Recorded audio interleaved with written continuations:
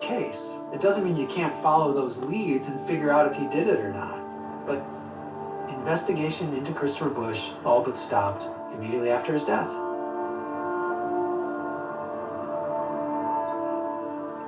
They wrote a nice letter to all the victims saying, we're so sorry that we haven't been able to name a suspect, but we'll continue to work in earnest.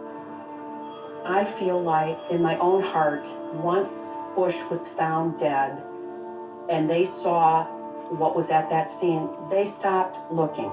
They stopped investigating this case. They were just done. It was ruled a suicide. We are very suspicious of that as detectives, and we'll keep that thought in the back of our heads while we continue to investigate.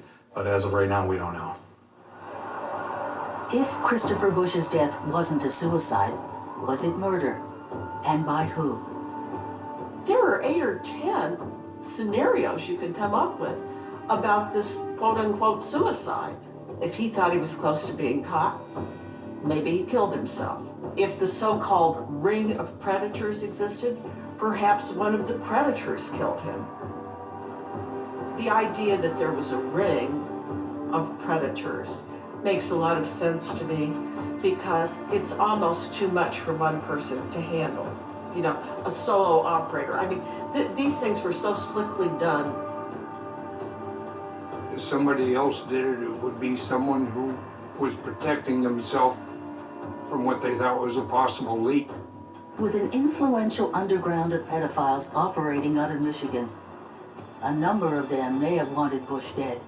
If they thought he was weak, or he indicated that he wanted to get away from this and was considered the so-called weak sister, what better way to eliminate the case in the task force than to waste him and make it look like suicide? There's just too much stuff there that made it look like, I'm the man, this is it, everything's over. And that bothers me. He had quit his job and was going to start a new job that he really wanted 4 days after he committed suicide. Told people how much he was enjoying this opportunity.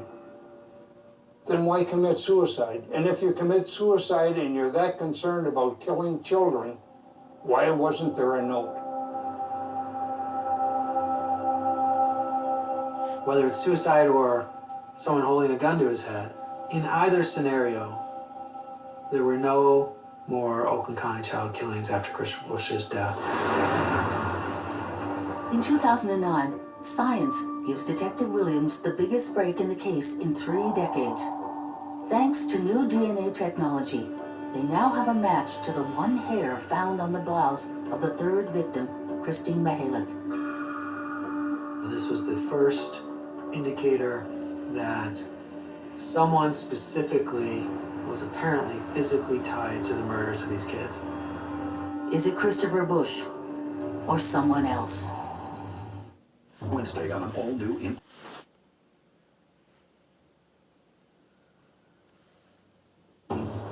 In 2009, thanks to DNA technology, there is a physical match in the Oakland County child killer case.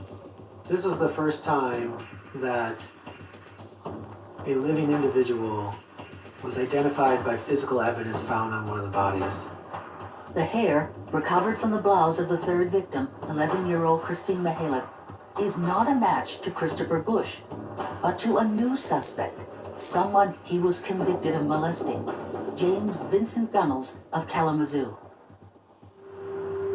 Vince Gunnels was a little bit older than the other boys and continued to associate with Busch and Green after he'd been molested by him into his later years, as old as 16 and 17 years old. Could Gunnels be both a victim and a killer? The hair is a mitochondrial match, which means it belongs to Gunnels or a relative on his mother's side. But because of the quality of the hair, a perfect DNA match is impossible. And we still have an active investigation into Vince Gunnels. Gunnels was 16 at the time of the murders. Today, he sits in a Michigan prison. He has a history of property and drug crimes, but has never been charged in any criminal sexual case. The police, though, believe he may have been part of a group involved in the child killings, or a lure to draw kids closer to the killer. In 2009, they questioned Gunnels a number of times in prison. He was a confused teenager, manipulated by grown men. The approach the police took was, your hair was found on one of the bodies. We believe this means you know something. And we also believe that whatever you know came from the fact that these men, Christopher Bush and Gregory Green, were victimizing you at the time. We have no intention of prosecuting you for anything that you know. All we want to know is what happened with Christopher Bush and Gregory Green in relationship to the Oakland County child killings. He just said, oh yeah, I ran with Bush. I was in his car a million times. That's how my hair got picked up. I don't know how that hair got on Christine. Bush was convicted of sexually assaulting Vincent Gunnels. He admitted to molesting him at the Bush family cottage on S Lake in northern Michigan. I was pursuing Mr. Gunnels. We were hoping to talk to him about Christopher Bush and this potential connection. I guess the theory would have been that if he'd been in the vehicle, had Christine been in the vehicle, did that then connect the victims to Bush via Vince Gunnels? I actually wrote to him in prison and he wrote me back. And he says, thank you very much for the offer to conduct an investigative interview in concerns to Mr. Bush and his assault molestation on me. But yeah, he's wanted to know if I was more aware of his recent issues with the police, and he thought they were not being nice to him at all. Gunnels agrees to take a polygraph. His answers to 3 questions could solve the 30-year-old Oakland County child killer case once and for all. Here's a note saying, if he takes the polygraph and is cleared, he is no longer a suspect and can be paroled. He takes the polygraph and throws it. He admits to throwing it. He was holding his breath, he was tapping his foot, he was making movements and such that appeared to throw the results. Why would you intentionally fail a polygraph if you're going to be paroled if you pass? The police want to know that too. On July 29, 2009, Gunnels takes a second polygraph, and this time, he fails. And when you read the transcript, they tell him, well, you flunked, and he just says, oh. Gunnels continues to deny any knowledge of or any involvement in the murders, and has never been charged with anything related to the child killings. Maybe additional physical evidence being tested for DNA will open new doors. A hair found on Mark Stebbins' jacket, 2 hairs from the body of Tim King, 1 in his navel cavity and 1 on his groin. The reason we were interested in that particular hair is because Tim was prepubescent at the time, and the medical examiner said that more than likely this would be a suspect hair. When the results come in, the hair found on the first victim, Mark Stebbins, and the 4th victim, Tim King, share the same partial DNA. They're likely from the same person. Stebbins and King were the first actual evidence that the kids were linked. Then another incredible discovery from the long-forgotten police files. Slides originally labeled debris weren't debris at all. The scientists there were looking at them and they said, sure enough, there's human hairs in these slides, which was fantastic. New leads from old evidence buried for more than 3 decades. So I thought that was going to be our best bet to solving this case. Whoever is the owner of those hairs is likely our killer. Scientists at the State Police Crime Lab in Lansing have finally finished gathering genetic material from evidence in the Oakland County child killer case. We're excited about what we have found. In 2007, additional human hairs found on mislabeled slides offer investigators a new lead in the Oakland County child killer case. Sergeant Gray says more work needs to be done to determine if the new information will lead to an arrest, but this is a significant step. 2 years later, in March 2009, that evidence finally reveals its secret. The mislabeled hair was lifted from the car of one of the original suspects in the Mark Stebbins murder. Mechanic, tow truck driver, and convicted pedophile Arch Sloan. That hair matches 3 hairs found on the first and fourth victims. Yeah, we were excited. We had been waiting for physical evidence. Now we were pointed in the right direction. Let's take a look at Arch Sloan. At the time of Mark's disappearance in 1976, Arch Sloan had just been released from prison. Arch Sloan was convicted of molesting children. He had occupied a little mobile trailer in the center of the abandoned Packard plant where he would seduce and molest them. He had been interviewed as a suspect in this case almost immediately after Mark Stebbins was found dead. And they took tapings throughout his vehicle. So they had fiber samples. And who knew this many years later that that could potentially be a major lead in the case? Sloan worked as a volunteer firefighter in Pennsylvania, and it is known that the fire department gave out badges to its volunteer firefighters, and it's always been a theory in this case that either the killer or somebody working with the killer had some sort of symbol of authority in order to get children to go with him. After 15 years covering the Oakland County child killer case, investigative reporter Heather Catallo is well aware of Arch Sloan's similarities to the killer's profile. He had vehicles, he had access to move people around, he had that camper. And remember, there's always been these theories of, where would someone keep a child for several days without someone else knowing? But Arch Sloan started to look like a really good suspect.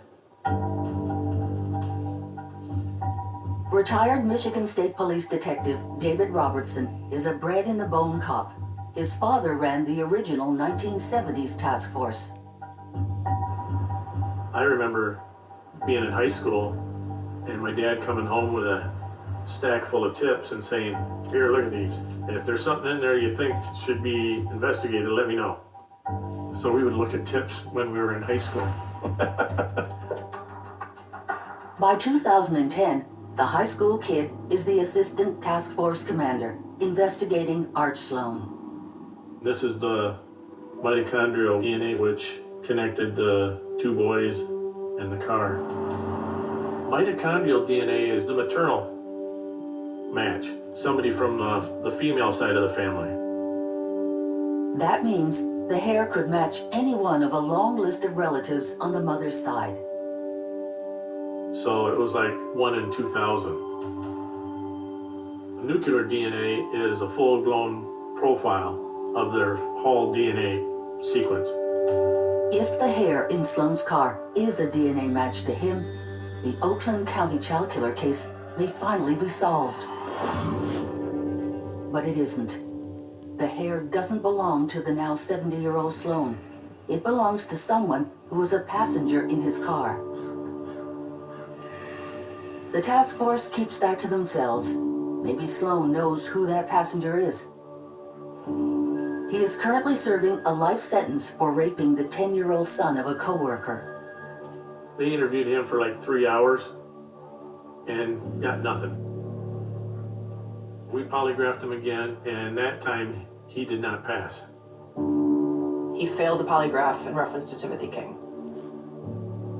And then we started hammering him on where he was during the homicides.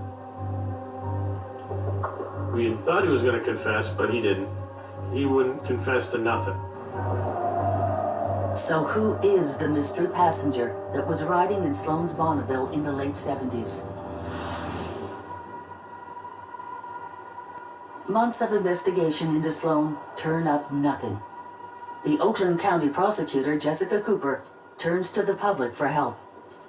We want to bring to the public's attention the significant breakthrough in this case and ask for their help in identifying anyone known to be associated with this car.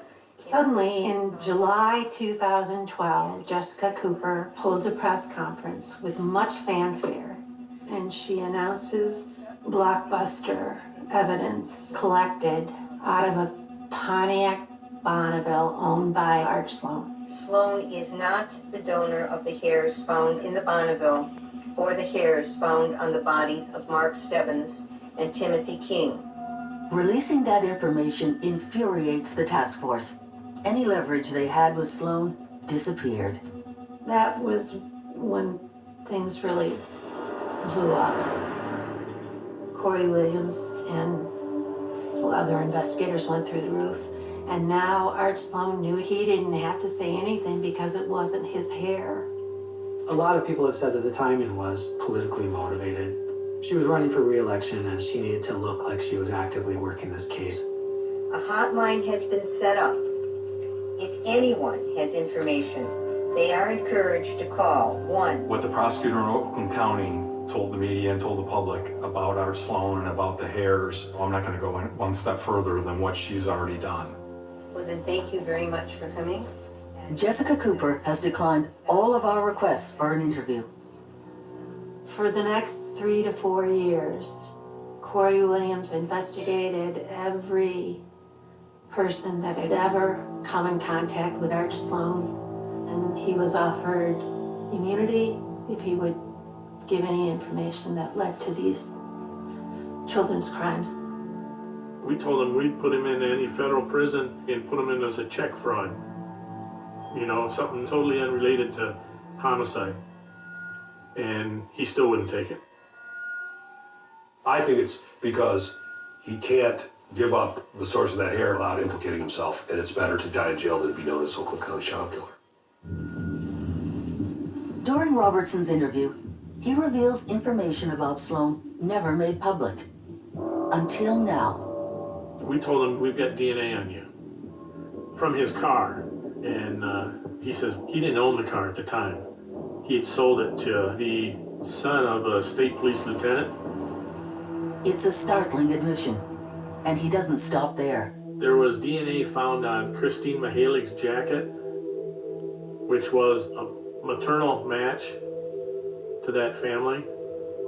If what he says is true, then DNA from saliva found on Christine Mihalik's jacket indirectly links her murder to someone who was in Art Sloan's car. We replayed Robertson's tips for Kathy Broad. So there was evidence found on Christine's body that was matched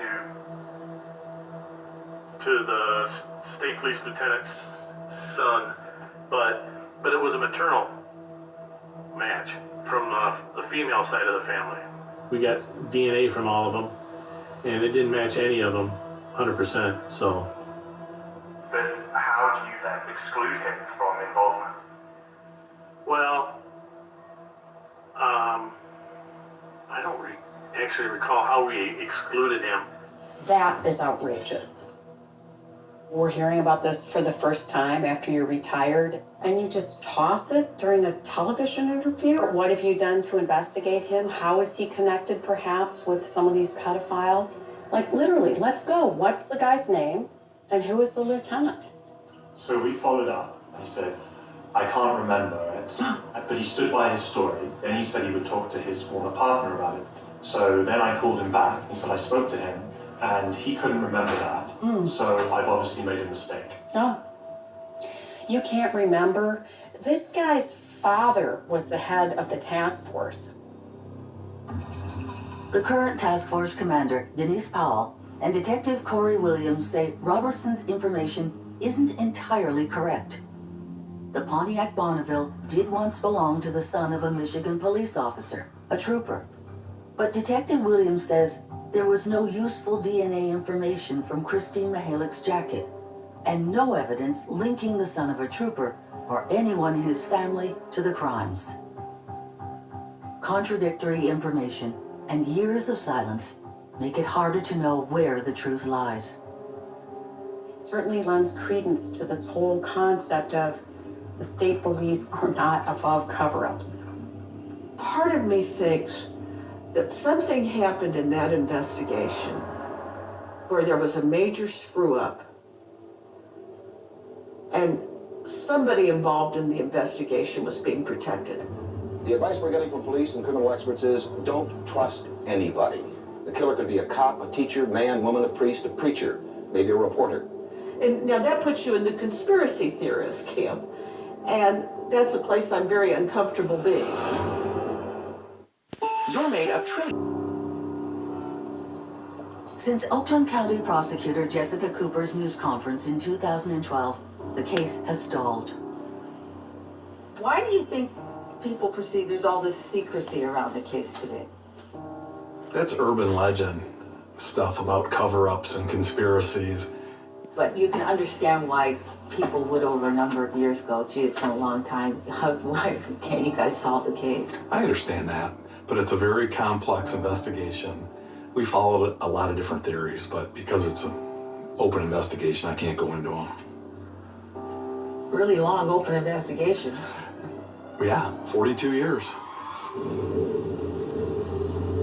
The common line is, it's an ongoing investigation, we can't comment on it. It's an ongoing investigation because that allows them to not have to comment on it. There's been no shortage of theories to fill the void. We tracked down one man who says he was there when Christine Mihalik was abducted. I'm a witness in this case. I watched Christine leave 7-Eleven with a police officer. That's what happened. She left 7-Eleven and was never seen again, and she's dead. Using the alias Sebastian, he shares his story for the first time on camera. I was 9, and I got a new bicycle for Christmas. So I rode my bicycle down to 7-Eleven, and as a young girl walked out of the store, she had a brown paper bag in her hand with a magazine in it. And she just walked right by it and got in the passenger side of the car. And that's when I seen a person walk out of the store and kind of give me a stern look. He was a cop. He didn't get into a police car, but he was in a police uniform. And got in the car with Christine and headed southbound down Oakshire Road. And it wasn't until probably 2 days later, when they started to come across the news that Christine was missing, that I realized what I saw. The number to call if you think you can help is Lincoln 13650. I called that tip line. And the woman who answered the phone, she chastised me. And I was trying to tell her, this is a police officer. And she didn't want to hear nothing that I had to say. Sebastian says he didn't say anything for a few months, and then told his teacher, who thought he was making it up. Then on March 22nd, the fourth victim, Tim King, is found dead. Nearly 3 months after his call to the tip line, he says the police paid him a visit at school. Detectives tormented me for 45 minutes. They pushed my head down into the desk, telling me that you didn't see him, he couldn't have been there. I was told that my mother was going to go to jail, that my brothers were all going to be split up, they were all go to orphanages. They told me, if I were you, I'd go home and forget I ever seen anything. This person is a trusted individual. It could be a public official, could even be police people. The children are going along, and for some reason they're not resisting. Time and time again, things come up with cops associated to this case. The rumor mill often leads to a police officer being involved, primarily because of the way information was quashed. If you want to put your conspiracy hat on, there's a lot to look at. Detective Williams says there are holes in Sebastian's story. For one, the 7-Eleven clerk never mentioned a uniformed police officer at the time Christine was at the store. And a witness who knew Christine saw her on foot walking home from the store. I know what I saw. I know that I'm right. There's a lot more people that know. And they just look the other way. It's all been a big cover-up from the beginning. Sebastian's account is one of many uncorroborated stories that's emerged over the years. In the early stages of the investigation, there was speculation from the public as well as from investigators who were just grasping at straws trying to figure it out, that these crimes were related to Wiccan ceremonies and devil worshippers and things like that. At one point, serial killer John Wayne Gacy was in the frame. Someone said he was in Michigan at the time of the murders, but that theory was ruled out. Even the Unabomber, Theodore Kaczynski, got a mention. These rumors start, we read them. We don't know any different because they don't tell us any different. I think either they had the killer and they let them go, or it was someone of authority that they could not arrest because they just couldn't go down that path. I believe that people don't want this case solved, whether it's the old people from 40 years ago. Why? I have no issue with people that want to be amateur sleuths. It's just that when it comes to us, we have to use evidence. We can't just go based on theories. I can't even imagine anybody would think that law enforcement officials would cover up a mistake rather than to move forward on the death of 4 children. But mistakes were made. Channel 7's Vince Wade has been following the case closely ever since it was revealed, and he has this live report now. Well, John, this computer printout sheet represents just a portion of the blue gremlins the police have been checking out in the Timmy King case. One of the most sensational leads was the blue gremlin. The gremlin originally came up on or about the time Timmy was abducted. A woman stated that she left the pharmacy and observed a man talking to a boy, which appeared to be Timmy, and they were standing next to a gremlin. Officers on the road are keeping a sharp lookout for the blue gremlin, wanted in connection with the killing. Everybody was looking for gremlins. I mean, that's like seared into my memory, and probably anybody lived through that. We had so many gremlins stopped that one individual, I think, had been stopped 23 times. Kalfleisch believes they were looking for the wrong car. He says there were clues in the snow where the 3rd victim was found. When Christine Mihalik's body was found, there was no witness on that road. That's where I saw the impression in the snowbank. It was the only thing we had. So you take that impression as you would a footprint. The front corner of the car had the turret, like a bullet turret, that went into the snowbank. He backed up and slammed into the other one, leaving this. Completed his turnaround, and the body was here. That impression was not the bumper of a gremlin, but the bumper of a mid-60s Pontiac Tempest. That's a drawing I did of the impression in the snowbank. And this is the exhaust pipe, a large 2-inch exhaust pipe. And on the gremlin, it's over here and it's about 3/4 of an inch. An eyewitness at the site of where the 2nd victim, Jill Robinson, was found, actually saw a Le Mans. He knew that that's what the car was because he had owned one. A Tempest and Le Mans look similar. In fact, it's unlikely a gremlin was involved at all. Tim King's brother says the blue gremlin is a goose chase because later that night, when everybody was out looking for Timothy King, Chris King saw the blue gremlin. It was parked over here. It was still there at 11 p.m. And it had been there the whole time because there was even frost on the windshield from where the sun had been. Of course, the initial news reports are like, he was seen driving a gremlin. They start getting it wrong like out of the gate.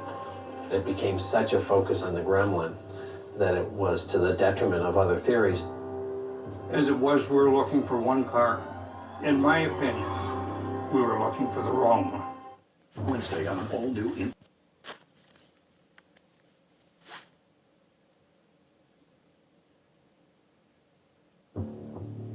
Whether the original investigators focused on a gremlin or some other car, the current task force commander says the car won't identify the killers now. There's evidence, there's records and statements and witness accounts of different cars. But there's nothing to prove that this body was thrown out of this car.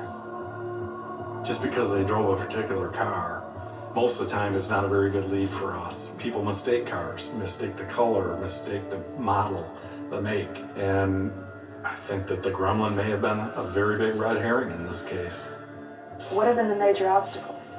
Well, I think the real basic thing is lack of clues to work with. Lack of clues, lack of experience, or simply lack of tools. I just don't think they had the evidence. DNA was just 3 letters of the alphabet back then. The forensics you had back then? Like, what did you have? Like, fingerprints, fibers. The forensic capability wasn't there that we have today to track some of these suspects. At times, the detective force numbered 200, representing 50 police agencies in 2 counties. Some of those communities, I don't even think they have 1 homicide a year. Lack of experience played a big role. If we made mistakes, the mistakes are going to be there. But let's take what we have and see if we can present something new. I think these were good cops, smart cops, who didn't have all the information, or were led astray by their superiors, or knew exactly what was going on and had no choice but to step back from it and let the power structure be what it is. in 2012, the Oakland County prosecutor discounted Christopher Bush as a suspect. Was that also a mistake? I had a very long interview with Jessica Cooper in which she went point by point to discredit the Bush lead. And she said that Corey's investigation of Bush was quote-unquote very conclusionary, based on a lot of theory, and were she to take it into court today, she couldn't prove anything. Anyone that says that Bush and Green lead at that time was not a good lead is either goofy, shouldn't be in law enforcement, or has something to hide. They can't be eliminated. Just because they didn't match a hair out of Sloan's car doesn't mean they're not involved in the case. Their culpability could be anything. Gregory Green passed the polygraph about Mark Stebbins' murder back in 1977. Green died in prison in 1995, but his cellmate told the detective he made what sounded like a deathbed confession. And they weren't only cellmates, they were lovers. And he was crying, and he told us that Greg Green had told him at one point about all the kids he molested and that he had been involved in killing 4 kids, that he got away with it. So it's still suspect, basically? Absolutely. Over 4 decades, 5 men are still eyed as potentially having been involved in the murders. Arch Sloan, Christopher Bush, Gregory Green, Ted Lamborghini, and Vince Gunnels. 4 of those 5 men are convicted pedophiles. A lot of these players are linked through their common disturbing quality of being pedophiles. There was a very obvious child pornography ring operating out of the Cass Corridor. Criminologist and ex-cop Michael Arnfeld heads up the Cold Case Society at Western University and works with the Murder Accountability Project in Washington. What we do is we use new and emerging technologies and investigative methodologies, cutting-edge stuff, to try to get to the bottom of some failed investigations, some unsolved cases, typically serial killer cases. His case study in 2012 zeroed in on the Oakland County child murders. This was a case that I thought deserved a fair shake and that our involvement could get it back in the public eye. There's significant evidence to suggest that, in part because of the